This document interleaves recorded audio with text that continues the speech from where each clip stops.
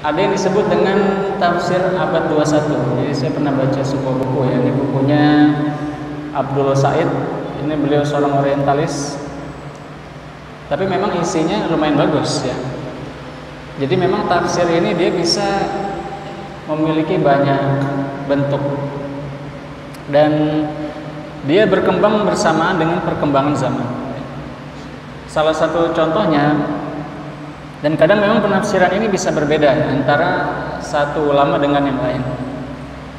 Nah, contoh simpel di masa Rasulullah ada beliau menafsirkan ayat wasariqu wasariqatu faqta'u aydiyahuma jazaan bima kasaba naqalan min Allah.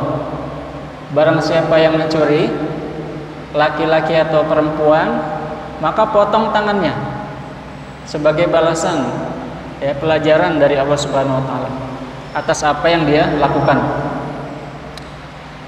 Nah, kan itu jelas ya. Ayatnya sangat jelas. Yang mencuri potong tangan. Tetapi ternyata di masa Umar bin Khattab hukum ini tidak beliau jalankan ya. Dan ketika ada yang mencuri dan itu sudah mencapai batas ya, jadi mencuri itu enggak semuanya dipotong tangan. Yang dipotong tangan yang besar, kurang lebih beratnya telur emas, beratnya telur kalau mungkin beratnya ya 2 on gitu ya, emas seberat itu baru kena potong tangan. Dan ada pencuri yang sudah sampai batas itu tetapi tidak dipotong tangan oleh Umar bin Khattab. Nah, apa kata Umar? Yang mencuri ini dia orang miskin, dia terdesak. Jadi menurut Umar dia tidak perlu dipotong tangan. Kenapa? Karena dia mengambil haknya sendiri. Karena yang dia curi adalah uang di Baitul Mal. Berarti dia mengambil haknya sendiri. Dia mencuri tetapi dia memang berhak atas harta tersebut. Jadi beliau ini hanya memberikan teguran ya, hukuman yang lebih ringan, tapi tidak sampai potong tangan. Nah, hal lain ya, yang juga penafsiran yang agak membuat para ulama ini juga kagum dengan penafsiran Umar adalah ketika beliau ini menafsirkan pembagian harta ghanimah ya. Jadi dalam surat Al-Anfal Allah Subhanahu wa taala menjelaskan yas'alunaka 'anil anfal qulil anfalu lillah walir rasul falillahi khumsuhu walir rasul walil mu'minin. Nah, jadi harta rampasan itu 1/5-nya milik Allah Subhanahu wa taala, rasulnya dan umat Islam ya, yang membutuhkan. Tetapi di masa Umar hal ini tidak dilakukan ya. Jadi kalau Anda baca sejarah, Umar bin Khattab ini melakukan penaklukan, salah satu penaklukan tercepat ya, sepanjang sejarah dan terluas. Di masa berkuasanya beliau sekitar 10 tahun berhasil menguasai hampir seluruh wilayah Romawi Timur ya, sampai ke Mesir, kemudian Syria, Irak ya, hampir seluruhnya Iran itu beliau kuasai. Tetapi hartanya tidak beliau bagikan semua. Nah, baik itu yang berbentuk tanah ya, berbentuk properti dan lain sebagainya, tidak beliau rampas semua, tetapi beliau biarkan dikelola oleh penduduk setempat. Nah, kenapa tidak dibagikan? Karena beliau sadar bahwa seandainya dibagi-bagikan maka ekonomi akan rusak. Ketika umat Islam nanti langsung memegang, tidak bisa mengelola, maka nanti jumlah produksi akan menurun, akan terjadi krisis ekonomi. Jadi banyak penafsiran yang bisa berbeda ya, sesuai zamannya. Nah, salah satunya yang dicontohkan oleh Ibnu Abbas. Jadi Ibnu Abbas ini yang sangat terkenal ini, beliau ini ketika mendengarkan ada surat An-Nasr ya, idza jaa nasrullah wal fath wa ra'aitan nas yadkhuluna fi dinillahi afwaja. Apabila telah datang kemenangan dan engkau melihat manusia berbondong-bondong masuk ke dalam agama Allah. Fasabbih bihamdi rabbika wastaghfir. Maka bertasbihlah dengan memuji Tuhanmu dan beristighfarlah. Innahu kana tawwaba. Sesungguhnya Ia Maha penerima taubat. Ya.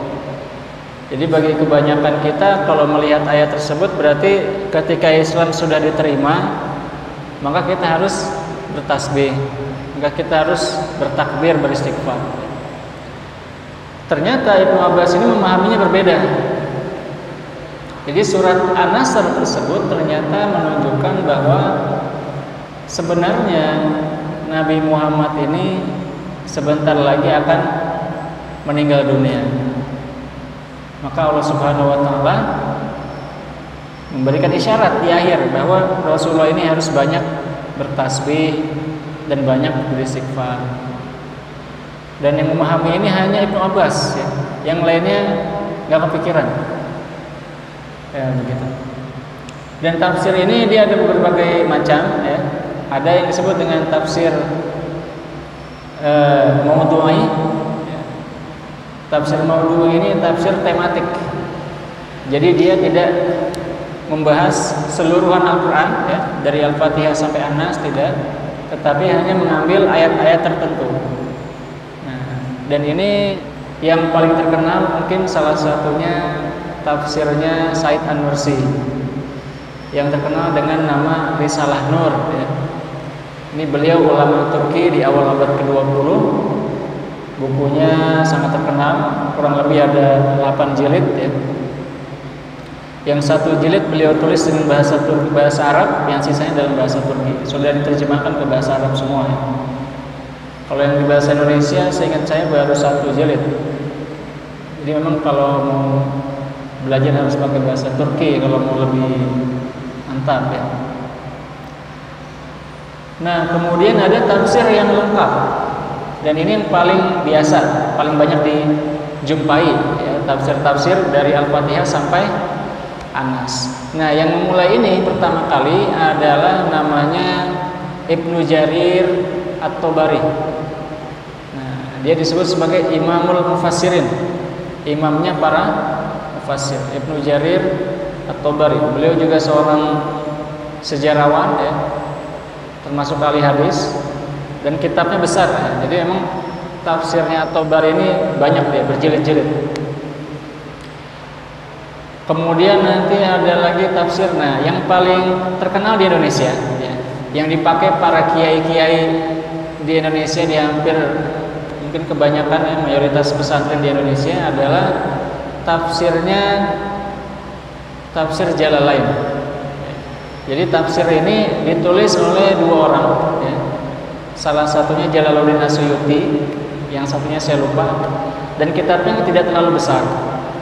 Nah, ini paling populer di hampir semua pesantren, ya.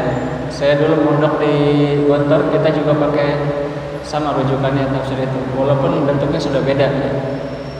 Dan itu memang salah satu tafsir yang paling simpel, ya. Karena dia hanya menjelaskan kata-kata per kata saja, gitu, ya, menjelaskan yang tidak diungkap, jadi tidak terlalu panjang. Sedangkan kenapa kitabnya At-Tabari bisa tebal banget, ya? Karena beliau ini banyak mengambil pendapat-pendapat para ulama, kemudian pendapat-pendapat para sahabat, ya. Jadi banyak hadis-hadis, riwayat-riwayat. Jadi beliau ini menjelaskan Quran dengan hadis, maka riwayatnya menjadi panjang. Kalau As-Suyuti dia lebih dari segi kebahasaan, ya. Makna Ar-Rahman itu, ya, misalkan makna Ad-Dhalin dan lain sebagainya. Ya, mungkin saya juga nanti lebih condong kepada tafsir tersebut, ya.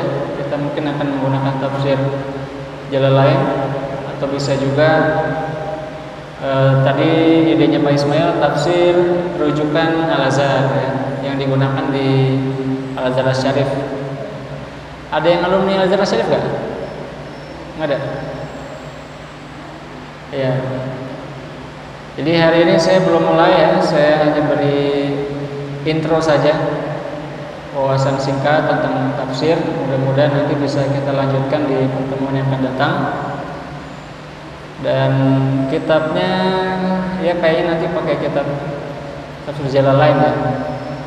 Saran saya nanti kalau saya belum bisa dapat bukunya, belum bisa ngopi buat antum, mungkin antum bisa bawa HP aja ya. Nanti saya kasih filenya, jadi bisa lewat HP. Jadi kata dosen saya sekarang ini semua buku muat di HP. Kita nggak usah bawa buku gede-gede, semua ada di HP. Dan itu kebanyakan gratis, bisa kita download. Ya, saya cukupkan karena mungkin ada yang mau makan ya. Setelah ini mungkin masih ada habis Isya ada ini lagi ya, pelajaran lagi ya. Ya, mari sama-sama kita tutup dengan membaca hamdalah. Alhamdulillahirabbil Subhanakallahumma wa bihamdika asyhadu an la ilaha illa anta astaghfiruka wa atubu ilaik. Syukran lakum. Wassalamualaikum warahmatullahi wabarakatuh.